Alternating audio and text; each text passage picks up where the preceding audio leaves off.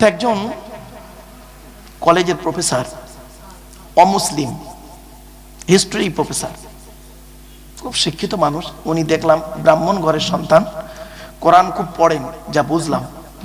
উনি আমাকে বলছেন, আমি আপনার একজন খুব ভক্ত, আমি আপনার লেকচার কন্টিনিউ শুনি, প্রতিদিন লেকচার শুনে আমি ঘুমাই, আমি এবং আমার ওয়াইফ দুজনেই। তা থ্যাংক ইউ। বলছেন, একটা জিনিস জানার জন্য আপনার কাছে আমি এসেছি, একটু দয়া করে আমাকে একটু যদি বলেন আমি খুব খুশি হই। কলকাতায় আমার বাড়ি। বাহ, কি শুনলে চমকে যাবেন। দেখুন, বলছেন যে মদ খাওয়া কি হারাম, সুদ খাওয়া, ঘুষ খাওয়া, জেনা করা, শুকরের মাংস খাওয়া। তা আপনার মতো আমি উত্তর দিইনি, চুপ করেছিলাম। আপনারা তো হারাম হারাম করলেন, আমি চুপ করেছিলাম। তারপরে লাস্টে আমি বলছি, মদ খাওয়া হারাম মুসলিমদের জন্য, কোরআন মোতাবেক মুসলিমদের জন্য মদ খাওয়া হারাম। উনি বলছেন যে কোরআনে পড়লাম যে মোমেনদেরকে বলছে যারা আল্লাহ এবং নবীকে বিশ্বাস করে তাদের জন্য মদ খাওয়া হারাম, সুদ খাওয়া হারাম, বিয়ের পণ নেওয়া হারাম, মানে জেনা করা হারাম, শুকরের মাংস ভক্ষণ করা হারাম। তো স্যার, আমি তো মুসলমান নই, তাহলে আমি যদি মদ খাই, শুকরের মাংস খাই, অথবা আমি যদি ব্যভিচার করি, কেন আল্লাহ আমাকে পরকালে শাস্তি দেবেন? আমি তো মুমিন নই, আমার কথা তো আল্লাহ কোরআনে বলেনি, আমাকে তো হালাল খেতে আল্লাহ কোরআনে বলেনি। প্রশ্নটা বুঝতে পেরেছেন? প্রশ্নটা বুঝতে পেরেছেন কি বলুন? উত্তরটা আমি করে দিচ্ছি। তা আমাকে কেন শাস্তি দেবে আল্লাহ? আমি তো মুমিন নই। তখন আমি বলছে আমি বহু লোককে এই প্রশ্নটা করেছি, কিন্তু আমি একজন অমুসলিম বলে তারা আমাকে বিভিন্ন অ্যাঙ্গেলে কথা বলে বলে উল্টো পাল্টা বুঝিয়ে দিয়ে চলে গেছে। তা আমি বললাম, দেখেন, হয়তো সকলের কাছে সব জিনিস তো ঠিক জানা তাও থাকতে পারে ভাই, তবে আমার জ্ঞান মতে আমি যতটুকু পেয়েছি আপনাকে আমি বলতে পারবো ইনশাল্লাহ। তো বলছে বলুন। বললাম, আপনি কি কোরআন পড়েছেন? তা বলছে আমার কাছে পাঁচখানা তফসির আছে। কখানা? পাঁচখানা তফসির। কোরআনের তফসির মানে ব্যাখ্যা আমি পাঁচখানা জোগাড় করেছি। বললাম, আপনি পাননি উত্তরটা? বলছে না। বললাম, স্যার উত্তরটা কোরআনই আছে, আপনাকে আমি দিচ্ছি। সঙ্গে সঙ্গে পকেট থেকে কাগজ আর কলম বের করেছেন, নোট করছেন। বললাম, কোরআনে শুনে নিন, উত্তরটা দেবো বাবু, শুনে নিন। কোরআনে 3 শ্রেণীর লোককে আল্লাহ হালাল খেতে বলেছেন। কয় শ্রেণী? 3 শ্রেণীর লোক। চলুন দেখি এই আমরা 3 শ্রেণীর মধ্যে আছি কিনা, তাহলে ক্লিয়ার হয়ে যাব। 3 শ্রেণী ছাড়া অন্য কাউকে হালাল খেতে বলেননি আল্লাহ। 3 শ্রেণীর লোককে আল্লাহ হালাল খেতে বলেছেন।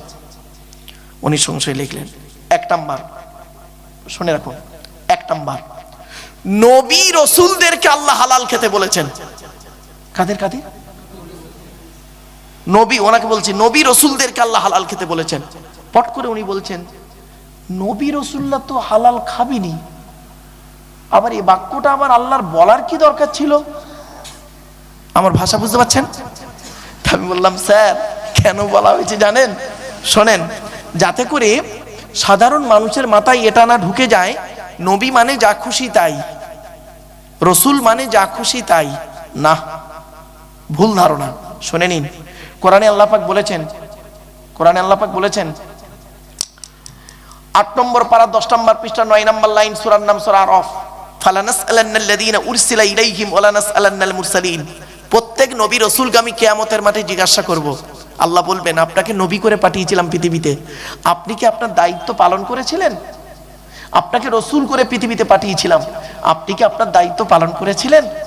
আচ্ছা, নবী রসুলদেরকে যদি এরকম প্রশ্নের সম্মুখীন হতে হয়, আপনি আমি কোন ধরনের মানুষ যে প্রশ্ন হবে না আমাদের? এটা ভাবলেন কি করে? আপনারা কি করে ভাবছেন গুরুদর মানুষ?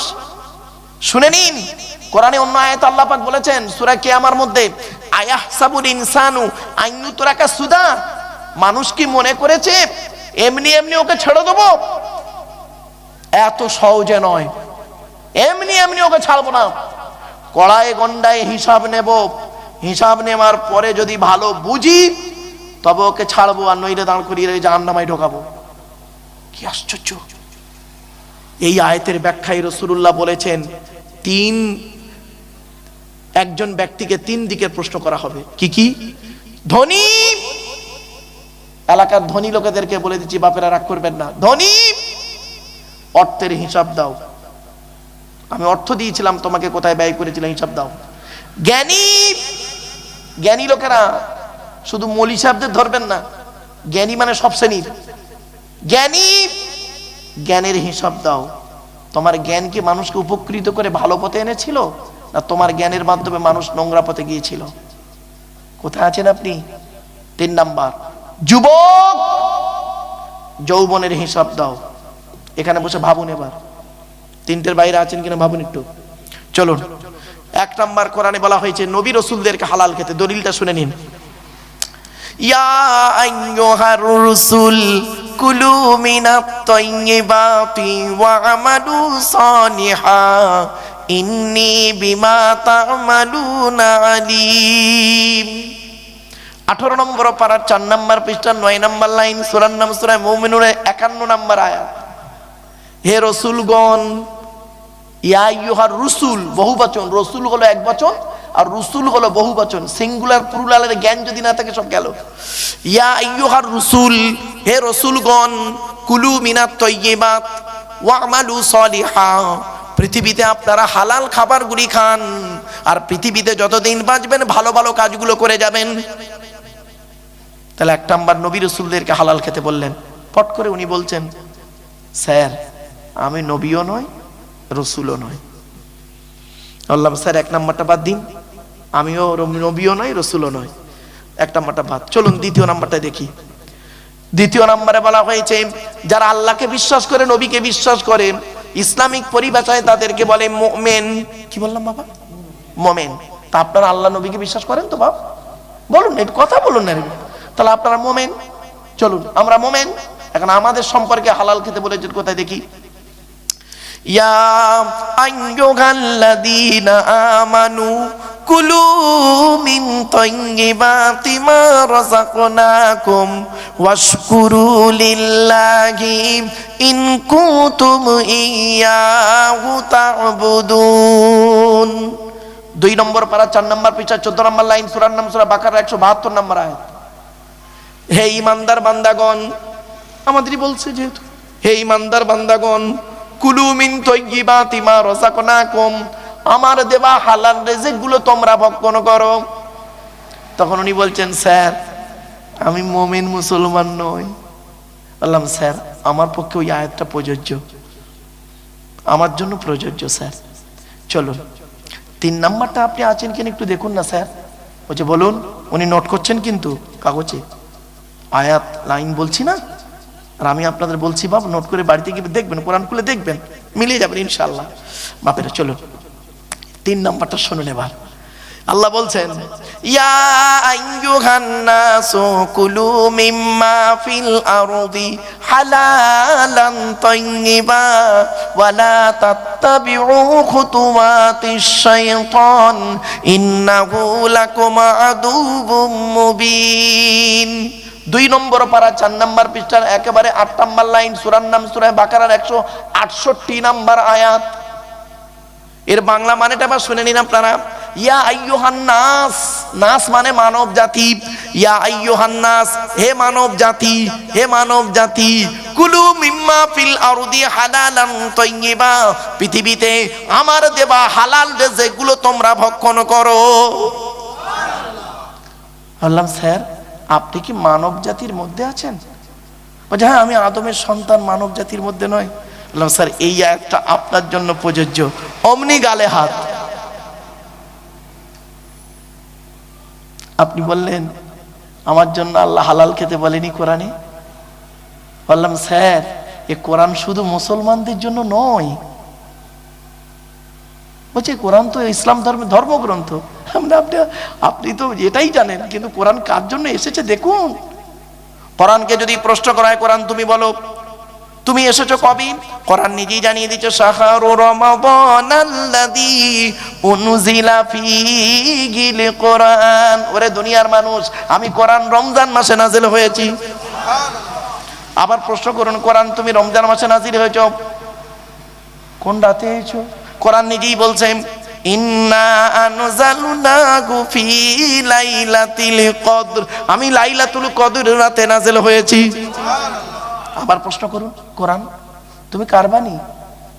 কে তোমায় পাঠালো? কোরআন বলছে আমি যাত্রার বাণী নয়। কোথা থেকে এসেছি জানিস? তানজিলুম মির রাব্বিল আলামিন, আমি আল্লাহর তরফ থেকে নাজিল হয়েছি। আবার প্রশ্ন করুন, কোরআনকে কে তোমাকে নিয়ে আসলো? কোরআন বলছে, সব কোরআনে আয়াতগুলো খালি পারা নাম্বার পৃষ্ঠা আমার বলে সময় যাবে বলে ওই জন্য খালি আয়াতগুলো বলছি। কোরআনকে প্রশ্ন করুন, কোরআন বলছে নাযালা বিহির রূহুল আমিন। 19 নম্বর পারা 14 নম্বর পৃষ্ঠা, সূরার নাম সূরা শুআরা। আমাকে জিবরাইল ফেরেশতা সঙ্গে নিয়ে এসেছে। আবার প্রশ্ন করুন, কোরআন আল্লাহর তরফ থেকে এলে জিবরাইল আনলো, তা তুমি কার উপরে নাজিল হলে? কোরআন নিজে উত্তর দিচ্ছে, আমি দেবো না, কোরআন দিচ্ছে। দেখুন আমি আল কোরআন বলছে আমি কার উপরে নাজিল হয়েছি জানিস? ওয়াল্লাযীনা আমানু ওয়া আমিলুস সলিহাতি ওয়া আমানু বিমা নুজ্জিলা আলা মুহাম্মাদিন ওয়া হুয়াল হাক্কু মির রাব্বিহিম। 26 নম্বর পারা 6 নম্বর পৃষ্ঠা, প্রথম নম্বর লাইন, সূরার নাম সূরা মুহাম্মদ। আমি কোরআন মুহাম্মাদের উপরে নাজিল হয়েছি। আবার প্রশ্ন করুন না, হু ইজ মুহাম্মদ? কে মুহাম্মদ? মুহাম্মাদের পরিচয়টা কি? তখন কোরআন নিজেই বলছে, শুনবেন কোরআন বলছে মুহাম্মদ কে? মুহাম্মাদুর রাসূলুল্লাহ। সূরা ফাতিহা, মুহাম্মদ হলো আল্লাহর রাসূল। কোরআনকে আবার বলুন, আচ্ছা মুহাম্মদ সম্পর্কে আর কোনো কিছু জানা আছে তোমার? কোরআন তুমি বলো। কোরআন বলছে হ্যাঁ জানি তো। উত্তর নিয়ে নে, গুরুদার মানুষেরা, উত্তর 24 পরগনার মানুষেরা, পশ্চিম বাংলা, ভারতের মানুষরা, পৃথিবীর মানুষের উত্তর নিয়ে আমি কোরআন দিয়ে দিচ্ছি। কি উত্তর?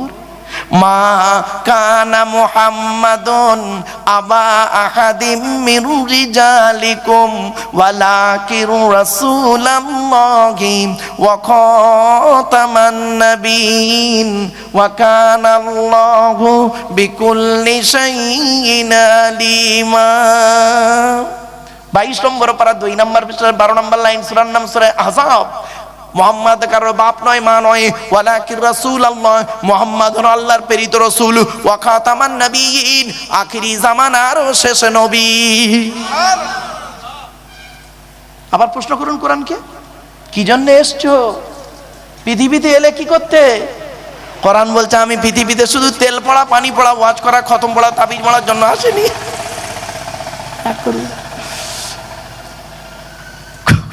কোরআন বলছে আমি এই তেল পড়া, পানি পড়া, ওয়াজ করা, খতম পড়া, তাবিজ পড়া আর মারামারি করার জন্য আমি আসিনি। আমি কোরআন এসেছি কি জন্য? শোন, আমার ভিতরে সব কিছু তোরা পাবি যদি সঠিকভাবে গবেষণা করতে পারিস। আমি শিফাউল লিন্নাস অনুনাজ্জিলু মিনাল কোরআন মা হুয়া শিফা ওয়া রাহমাতুল লিল মুমিনিন। মুমিনদের শেফা, রহমত, দয়া স্বরূপ আল্লাহ পাক সমস্ত রোগের ওষুধ করে আমার ভিতরে পাঠিয়েছে। আবার বলুন, প্রশ্ন করুন, কাদের জন্য এসেছো কোরআন? শুধু মুসলমানদের জন্য এসছো? কোরআন বলছে না রে, আমি এসছি কাদের জন্য জানিস? হুদাল লিন্নাস ওয়া বাইয়িনাতিম মিনাল হুদা ওয়াল ফুরকান। 2 নম্বর পারা 7 নম্বর পৃষ্ঠা 2 নম্বর লাইন, সূরার নাম সূরা বাকারা। কোরআন জানিয়ে দিয়েছে মানুষের হেদায়েতের জন্য আর ন্যায় আর অন্যায়কে পৃথক করার জন্য আমি কোরআন পৃথিবীতে নাযিল হয়েছি। এই সেই কোরআন।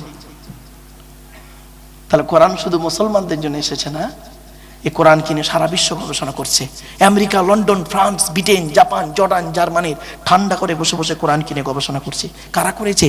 অ্যাম্প্রে Davy, Michael Faraday, Einstein, Isaac Newton, doctor Maurice Bucaille, mister Cook, mister জাবিরিন, mister Campbell, Rajaram Mohan Roy, Ishwarchandra Vidyasagar, Rabindranath Thakur, Acharya Jagadish Chandra Basu, Francis ডেক, উইলিয়ামস কেটমোর, Williams Harvey, Thomas, George Bernard, এরা কোরআন কিনে গবেষণা করলো। দুঃখের বিষয়, আমরা কিছু মানুষ কোরআনটাকে নিয়ে এমনভাবে নিজেদের মধ্যে মারামারি ঝগড়ায় লিপ্ত হলাম না, যা ভাষায় বলা যায় না, ঠিক না বেঠিক? কষ্ট লাগে। এই কোরআনকে নিয়ে একটু গবেষণা করুন। এই কোরআন প্রত্যেকেরই বাড়িতে আছে। বাংলা অর্থগুলো, ব্যাখ্যাগুলো পড়ুন, দেখবেন কি নেবেন। 1000-এরও বেশি আয়াত হলো বিজ্ঞান ভিত্তিক। সুবহানাল্লাহ বলেন। কি নেবেন কোরআন থেকে? চলুন, তাহলে আল্লাহর পরিচয় দিতে গিয়ে আপনাদেরকে জাস্ট খালি উদাহরণ দিলাম। আল্লাহর বাণী কোরআন, কোরআনের পরিচয়টা দিচ্ছি, এবার শুনুন। কোরআন আল্লাহর তরফ থেকে জিবরাইলের মাধ্যমে হযরত মুহাম্মদ সাল্লাল্লাহু আলাইহি সাল্লামের উপরে আরবের মক্কা নগরের নিকটবর্তী একটি গুহাটির নাম হলো হেরা নামক গুহাতে 610 খ্রিস্টাব্দে 1 ফেব্রুয়ারি সোমবার কোরআনের প্রথম আয়াত নাযিল হলো। এই কোরআনের প্রথম বাক্যটা কি জানেন? ইকরা, রিড, পড়ো পড়ো পড়ো। এ কোরআন এর ভিতরে কি আছে? 30টা পারা, 540টা রুকু, 114টা সূরা, 14 থেকে 15 খানা সাজদা, 7টা মানজিল, 8 থেকে 12 খানা সাক্তা, 6666টা আয়াত, কেউ বলেছেন 6236টা আয়াত, 3,23,215টা অক্ষর। এ কোরআন 22 বছর 9 মাস 14 দিন, কম বেশি 23 বছর ধরে কোনো ঘটনাকে কেন্দ্র করে, কোনো ব্যক্তিকে কেন্দ্র করে, কোনো বস্তুকে কেন্দ্র করে, কোনো জায়গাকে কেন্দ্র করে কোরআনের আয়াতগুলো নাজিল হয়েছে। 6000 আয়াত নাজিল হয়েছে, 12,000 জায়গায় নাজিল হয়েছে। কটা জায়গার নাম জানেন? শুধু মক্কা আর মদিনাই তো জানেন। ওই সূরার প্রথমে লেখা আছে সূরাতুল বাকারা মাদানিয়া, ব্যাস। 288টা আয়াত সব মদিনায় নাজিল হয়েছে। পাগল হয়ে যাবে। কি ভাবলেন? 6000 আয়াত 12,000 জায়গায় নাজিল হয়েছে। বাপ, কোনো ঘটনাকে কেন্দ্র করে, কোনো ব্যক্তিকে, কোনো বস্তুকে, কোনো জায়গাকে কেন্দ্র করে নাজিল হয়েছে। এজন্য আপনাদেরকে অনুরোধ করে বলি, বাপ, দু একটা ঘটনা বলবো, আলোচনা করতে করতে চলেন। এবার আসছি, এই কোরআন যার উপরে নাজিল হলো তার নাম কি বলুন একটু? মুহাম্মদ সাল্লাল্লাহু আলাইহি ওয়াসাল্লাম। তার পরিচয়টা আমাদের জানতে হবে। চলুন, নবীদের পরিচয় হলো 3টে। কটা? 3টে। কি কি? 1 নাম্বার, যিনি নবী হবেন তার চরিত্র উত্তম হতে হবে। 2 নাম্বার, যিনি নবী হবেন তার উপর আল্লাহর তরফ থেকে ওহী নাজিল হতে হবে। 3 নাম্বার, যিনি নবী হবেন তার দ্বারাই অলৌকিক ঘটনা ঘটতে হবে, 1টা হোক বা 50টা হোক। পৃথিবীতে যত নবী এসেছেন প্রত্যেক নবীর মাধ্যমে আল্লাহ পাক 1 থেকে 50টার ভিতরে মুজিজা দিয়েছেন। আমার নবী, বিশ্ব নবী, কুল কায়নাতের রাসূল, রাহমাতুল আলামিন মুহাম্মদ সাল্লাল্লাহু আলাইহি ওয়াসাল্লামের মাধ্যমে আল্লাহ পাক পৃথিবীতে 1000-এরও বেশি মুজিজা দিয়েছেন। চলুন, তার মধ্যে শ্রেষ্ঠ হলো এই কোরআন। জোরে বলুন সুবহানাল্লাহ। এবার আসছি, যার উপরে কোরআন নাজিল হয়েছে তার পরিচয়টা দিই। চলো, তিনি হলেন মুহাম্মদ সাল্লাল্লাহু আলাইহি সাল্লাম, আমাদের আখিরি নবী, তাই তো বাপ? চলো, তিনি কোন বংশে জন্মগ্রহণ করেছেন? জোরে বলুন। কুরাইশ বংশে। কার নাম? কুরাইশ। তবে সুবহানাল্লাহ একটু দয়া করে আল্লাহর রাস্তায় জোরে বলবেন, অনুরোধ রইল। পারবেন তো? চলুন, কোন বংশ বললেন? মুহাম্মাদের বাপের নাম আব্দুল্লাহ, আব্দুল্লাহর বাপের নাম আব্দুল মুত্তালিব, আব্দুল মুত্তালিবের বাপের নাম আব্দে মান্নাফ, আব্দে মান্নাফের বাপের নাম হাশিম, হাশিমের বাপের নাম কুসাই, কুসাইয়ের বাপের নাম কিলাব, কিলাবের বাপের নাম মুররা, মুরার বাপের নাম লুবাই, লুবাইয়ের বাপের নাম কাব, কাবের বাপের নাম গালিব, গালিবের বাপের নাম ফিগির, ফিগির থেকে কুরাইশ বংশ এসেছে। নবীর বাপের নাম আব্দুল্লাহ, মায়ের নাম আমিনা, দাদার নাম আব্দুল মুত্তালিব, দাদির নামটা কি? নেতিলা বিনতে খব্বাব ব্রাকেটে ফতেমা, কেউ বলেছেন সামিরা। নবীর নানার নাম হলো আব্দুল ওয়াহাব জুহরি, নবীর নানির নাম হলো বারিরা বা বাররা, নবীর দুধবার নাম হালিমা, নবীর দুধ বাপের নাম হারেস, নবীর দুধ ভাইয়ের নাম আব্দুল্লাহ, নবীর বাপের নাম আব্দুল্লাহ, নবীর দুধ ভাইয়ের নাম আব্দুল্লাহ, দুটো জন এক করে ফেলবেন না। নবীর জন্ম 570 খ্রিস্টাব্দে, ইংরাজি কি মাস ছিল? 29শে আগস্ট, আরবি মাস ছিল রবিউল আউয়াল মাস 12 তারিখ, মতান্তরে 9 তারিখ, সোমবার সবে সাদেকের সময় আরবের মক্কা নগরী কুরাইশ বংশে নবীর জন্ম। নবীর বাপেরা হলো 10 ভাই, নবীর মায়েরা হলো 19 বোন। নবীর 9টা চাচা, 18টা খালা, 6টা ফুপু, 7টা ছেলে মেয়ে। আপনি নবীর তো কিছু জানেন না। নবীর কটা চাচা বললাম বাপ? 9টা চাচার নাম কি শুনে নিন। বড় চাচার নাম হারেস। কি বললাম? একটু কথা বল। হারেস, জুবায়ের, মুকাইয়িম, ফাইদাক, জাইদাক, আবুল আহাব, হামজা, আব্বাস, আবু তালেব। নবীর বাপ হলো আব্দুল্লাহ। ওই আবু জাহালের নাম তো এখানে নেই। আবু জাহাল নবীর চাচা নয়। কিছু বুঝতে পারছেন বাবা? আমরা অনেক সময় আবু জাহালকে নবী চাচা বলে বাজারে চালিয়ে দিই, ঠিক না বেঠিক? এগুলো ঠিক না বাবা, একটু জানতে হয়। এরকম কিছু অজানা জিনিস আমরা ভুল কথা সমাজে প্রচলিত করে দিয়েছি। একটা ভুল কথা বলবো কি বলুন? এই দেখেন, আপনারা শুনে আছেন, অনেক দিন থেকে শুনে এসছেন, রাগ করবেন না কেউ বাবা। অনেক ব্যক্তি হয়তো বলেন, অজান্তেই বলেন, আমি কাউকে ছোট করছি না বাবা, যেটা ভুল সেটা ভুল বলতে হবে। অনেক ব্যক্তি বলতে বলতে ওয়াজ করতে করতে বলে ফেলেন, আল্লাহ নবী বলেছেন as-salatu মিরাজুল মুমিনিন, নবী বলেছেন নামাজ আমার মেরাজ শরীফ। অনেকে বলে না, খবরদার এটা বলবেন না। as-salatu মিরাজুল মুমিনিন, এটা কোনো হাদিসই নয়, নবীর কথাই নয়। এটা বাজারে চলছে জাল হাদিস, চলছে, শুনছে, শুনতে ভালো বলছে। আরো এরকম অনেক জাল হাদিস, অনেক জাল হাদিস আছে যেগুলো হাদিসই নয়, আরবি বাক্য, সেগুলো বাজারে চালিয়ে দিয়েছে, হাদিস বলে চালাই আমরা। খবরদার নয় বাপ। এজন্য আগেই আপনাদেরকে বলেছিলাম, কোরআনের তাফসির করতে গেলে নিজেকে পড়াশোনা করতে হবে, হাদিসের জ্ঞান রাখতে হবে, উসুলে হাদিস, তারিকে হাদিস, উসুলে তাফসির, তারিকে তাফসিরের জ্ঞান থাকতে হবে গো বাপ। চলে আসছি, এবারে আসছি। আজকে আমাদের যে সূরার আলোচনা হবে, সূরাটির নাম কি বলেছিলাম ভুলে গেছেন। আসুন এবার কোরআনের পরিচয়টা দিই। কোরআনের পরিচয় দিতে গিয়ে আপনাদেরকে বলে দিলাম কি, কোরআনের মধ্যে 114টা সূরা আছে। কটা কটা কটা? আজকে যে সূরাটির আলোচনা হবে সে সূরাটি হলো কোরআনের 62 নাম্বার সূরা। কত কত কত? 62 নাম্বার সূরা। সূরাটির নাম হলো সূরায়ে জুমা। আজকে আমাদের আলোচনার বিষয়বস্তু সূরায়ে জুমা। আগে আমাদের জেনে নিতে হবে, সারাংশটা জেনে নিন, সূরায়ে জুমার সারাংশটা। সূরায়ে জুমার ভিতরে, আচ্ছা সূরায়ে জুমা নাজিল হয়েছে কোথায়? মদিনায় নাজিল হয়েছে। কোথায় বাপ? মদিনায় নাজিল হয়েছে, এক নাম্বার। সূরায়ে জুমার মধ্যে দুটো রুকু আছে। কটা রুকু? দুটো। আয়াত বা বাক্য আছে 11টা। কটা? 11টা আয়াত। 11টা আয়াতের এক একটা আয়াতের ব্যাখ্যা যদি আমি 10 মিনিট করে করি 110 মিনিট হবে, তাই তো বাপ? অনেকে ঘড়ি দেখতে শুরু করে দিয়েছে, ঠিক না বেটি? সবে সূরায়ে জুমা শুরু করেছে, আবার এখনো 140 মিনিট। হ্যাঁ, আবার দোয়া সালাম করতে, আবার একটু এদিক ওদিক করতে তো আরো 2.5 ঘন্টা চলে যাবে। বাপেরা, চিন্তার কোনো কারণ নেই, শর্ট করে দেবো, চিন্তা নেই। চলো, এর আলোচনা কি কি আছে?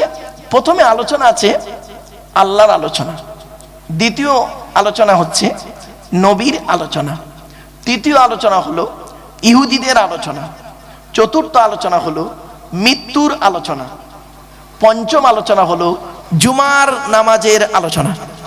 ক্লিয়ার? 5টা ধাপ, একটা একটা করে ধাপ বাই ধাপ আলোচনা করব। আরে আগে প্রথম বাপ সূরায়ে জুমাটা গোটাটাই পড়ে ফেলি, একটু শুনুন, অসুবিধা হবে? আগে সূরা জুমাটা গোটা শুনে নিন, শুনলেও নাকি পড়লেও নাকি। বিসমিল্লাহির রহমানির রহিম।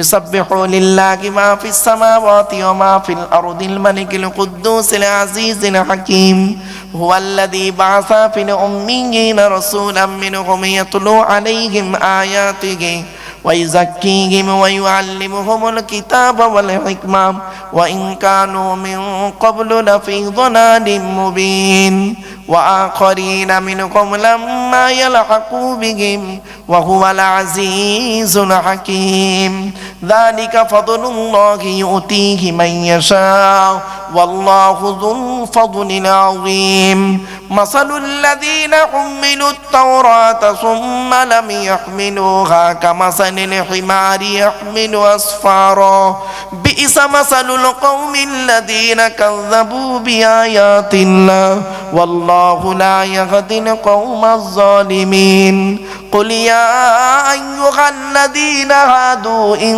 زعمتم أنكم أولياء لله من دون الناس فتمنوا الموت إن كنتم صادقين ولا يتمنونه أبدا بما قدمت أيديهم والله عليم بالظالمين قل إن الموت الذي تفرون منه فإنه ملاقيكم ثم تردون إلى عالم الغيب والشهادة فينبئكم بما كنتم تعملون يا أيها الذين آمنوا إذا نودي للصلاة من يوم الجمعة فاسعوا إلى ذكر الله وذروا البيع ذلكم خير لكم إن كنتم تعلمون فإذا قضيت الصلاة فانتشروا في الأرض وابتغوا من فضل الله واذكروا الله كثيرا لعلكم تفلحون وإذا رأوا تجارة أو لهوا انفضوا إليها وتركوك قائما قل ما عند الله خير من اللهو ومن التجارة والله خير الرازقين এই সূরাটা গোটা পড়ে দিলাম বাপ। এবার চলো প্রথমে সূরাটা পড়ে দিলাম, এবার প্রথমে আয়াতের বাংলা মানেগুলো করি, তারপর একটা একটা করে পাটে পাটে সংক্ষিপ্ত তাফসীর আলোচনা করব বাপ। একটু ধৈর্যের পরিচয় দিন, তার আগে একবার উচ্চ আওয়াজে আন্তরিকতা নিয়ে একবার দরুদ শরীফ আল্লাহুম্মা সাল্লি আলা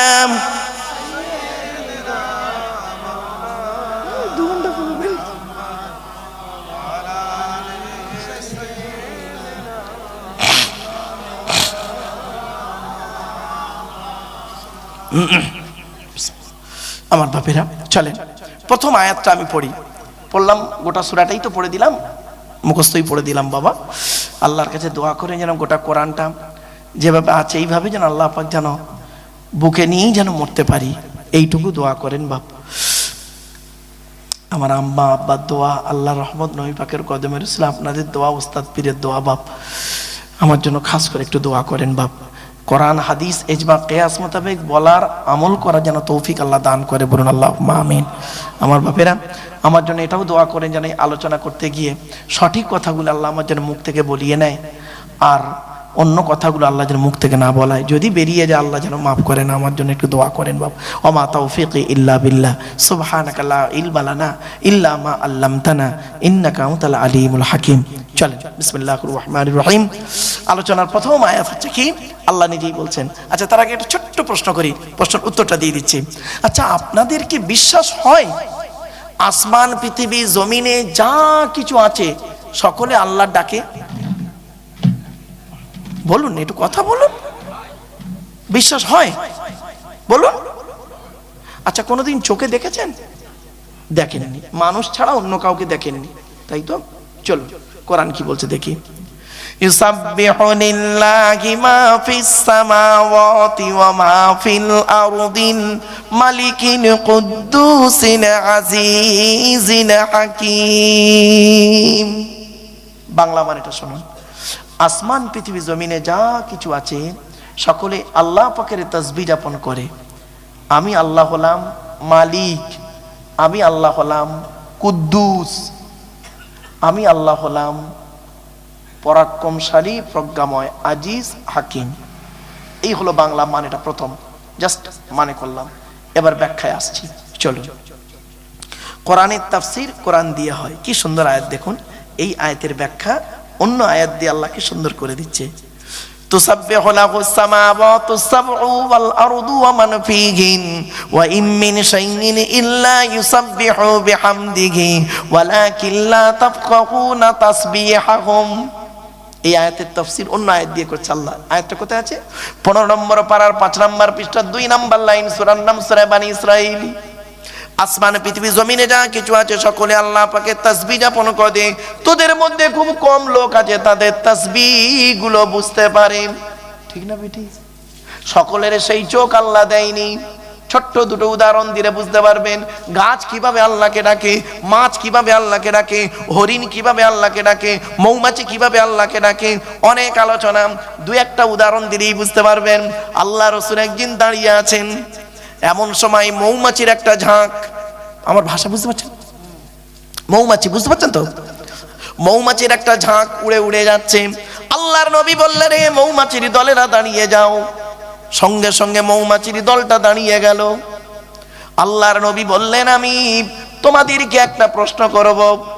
এই পৃথিবীর জমিনে হরেক রকমের ফুল আর ফল থেকে তোমরা খাবার সংগ্রহ করো, কোনোটা টক, কোনোটা মিষ্টি, কোনোটা তিতো, কোনোটা কষা, কিন্তু তোমাদের পেটের ভিতরের মধুটা এত মিষ্টি হয় কি করে?